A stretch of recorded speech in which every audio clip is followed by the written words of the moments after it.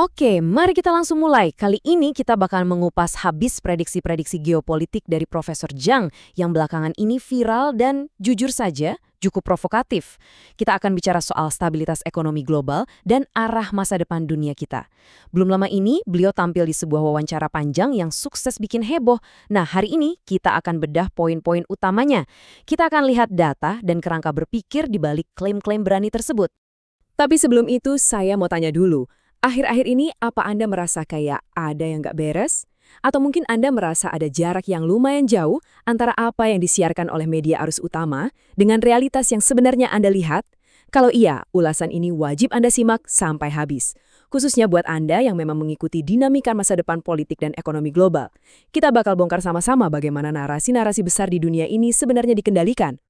Untuk ulasan objektif ini, kita punya peta jalan yang jelas. Kita akan mulai dengan pengantar tentang prediksi Profesor Zhang, lalu kita rangkum strategi geopolitik dan analogi Gua Platonya. Setelah itu, kita uji lewat analisis pro dan kontra berdasarkan data eksternal, dan terakhir, kesimpulan.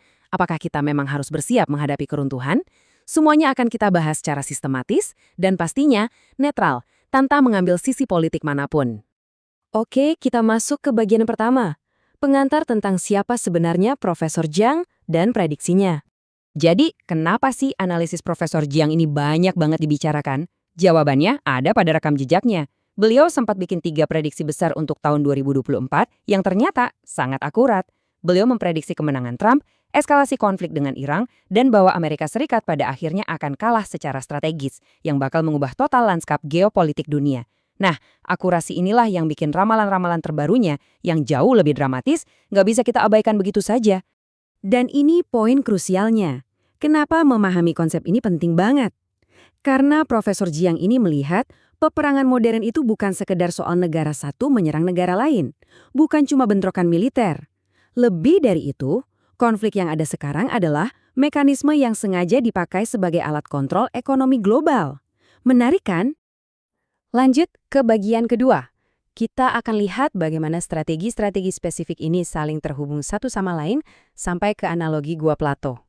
Konsep pertama yang beliau perkenalkan adalah Fortress Amerika atau Benteng Amerika. Menurut Zhang, Amerika punya strategi utama untuk mengunci dan menguasai belahan bumi barat.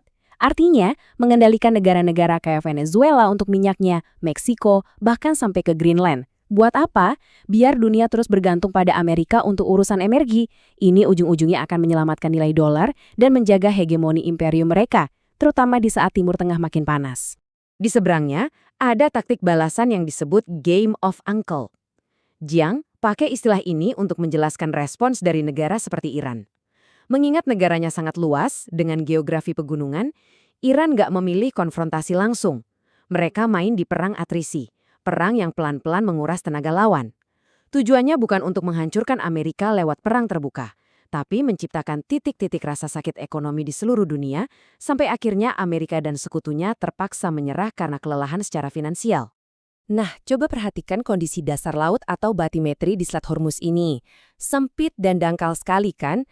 Geografi yang sempit inilah yang secara fisik ngasih Iran kemampuan untuk ibaratnya mencekik urat nadi energi dunia kapan saja. Ini adalah ilustrasi paling sempurna dari strategi Game of Uncle tadi. Geografi alam disulap menjadi senjata ekonomi yang luar biasa mematikan. Dan kalau kita bicara soal eksekusi taktisnya, ini dia bentuk nyatanya. Ini adalah taktik swarm atau kerumunan dari Angkatan Laut Garda Revolusi Iran. Alih-alih pakai kapal induk canggih yang harganya selangit, mereka pakai kapal-kapal kecil berkecepatan tinggi yang bergerak royokan. Sangat cepat, super murah, dan pastinya amat sangat sulit diantisipasi oleh kapal perang konvensional yang ukurannya raksasa. Asimetris banget. Lalu bagaimana semua konflik sebesar ini bisa seolah tak terlihat oleh publik luas? Disinilah Profesor Zhang pakai alegori Gua Plato. Beliau berteori kalau elit finansial dunia, sebut saja Bank of International Settlements atau Wall Street, adalah dalang yang memainkan bayangan di dinding gua kita. Lewat institusi global, bank sentral, dan sistem pendidikan, mereka memproyeksikan realitas ilusi ke masyarakat. Tujuannya, tentu saja untuk menjaga agar roda permainan ekonomi global ini terus berputar tanpa pernah kita pertanyakan. Teori yang luar biasa besar bukan? Tapi ingat, kita nggak boleh menelannya mentah-mentah. Kita masuk ke bagian ketiga, mari kita timbang teori ini dengan data nyata lewat analisis pro dan kontra. Kita mulai dari sisi pro. di mana analisis Jiang ini memang punya pijakan kuat di dunia nyata. Runtuhnya dominasi petrodolar itu makin terlihat jelas seiring bergesernya blok BRICS bersama Rusia dan Iran menjauh dari dolar AS. Laporan dari Dewan Hubungan Luar Negeri atau CFR bahkan mengonfirmasi kalau militer Amerika sekarang mencegat kapal-kapal tanker tak berbendera atau Shadow Fleet dari Rusia, tepat di Laut Karibia. Persis seperti apa yang Jiang bilang soal perebutan jalur logistik global. Tapi tunggu, mari kita lihat data persentase cadangan mata uang global dari CFR ini. Saat ini, dolar AS ternyata masih mendominasi dengan porsi sekitar 58%. Ya, angkanya memang pelan-pelan turun kalau dibanding masa jayanya. Tapi sejujurnya, dolar masih jadi pemain utama yang memimpin sangat jauh di atas mata uang lainnya. Dan ada satu nuansa penting dari laporan CFR yang harus kita perhatikan. Permintaan yang tinggi terhadap dolar itu sekarang nggak murni karena negara-negara terpaksa menyimpannya.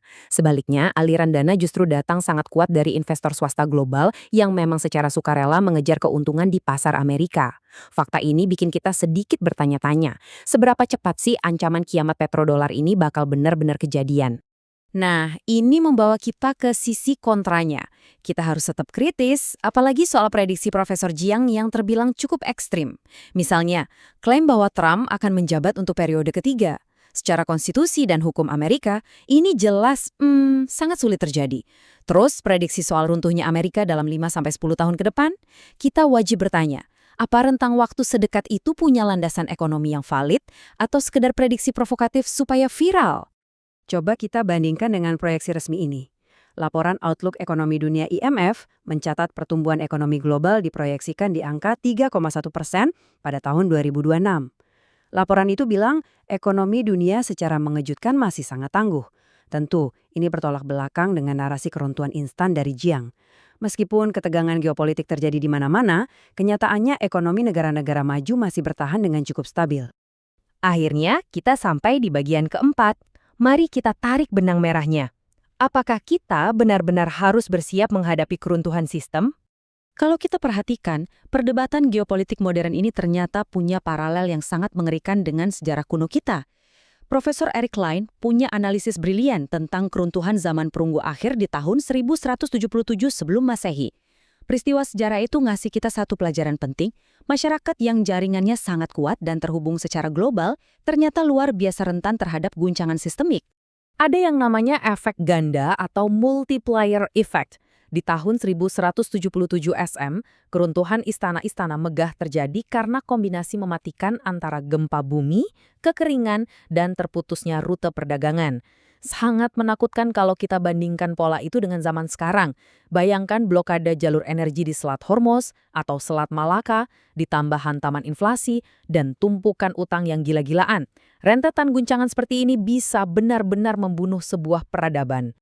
Eric Klein bahkan mengutip pernyataan dari Robert B. Zuelik, mantan Presiden Bank Dunia.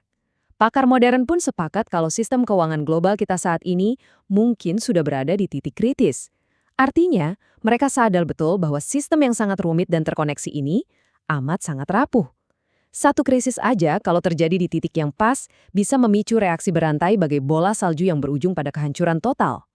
Tapi di tengah bayang-bayang kehancuran itu, solusi pamungkas dari Profesor Jiang justru terdengar sangat membumi. Beliau menyebutnya fractals of God atau pecahan Tuhan. Maksudnya begini, ketika imperium raksasa itu akhirnya kehabisan napas dan jatuh, kelangsungan hidup kita nggak akan bergantung pada elit di ibu kota.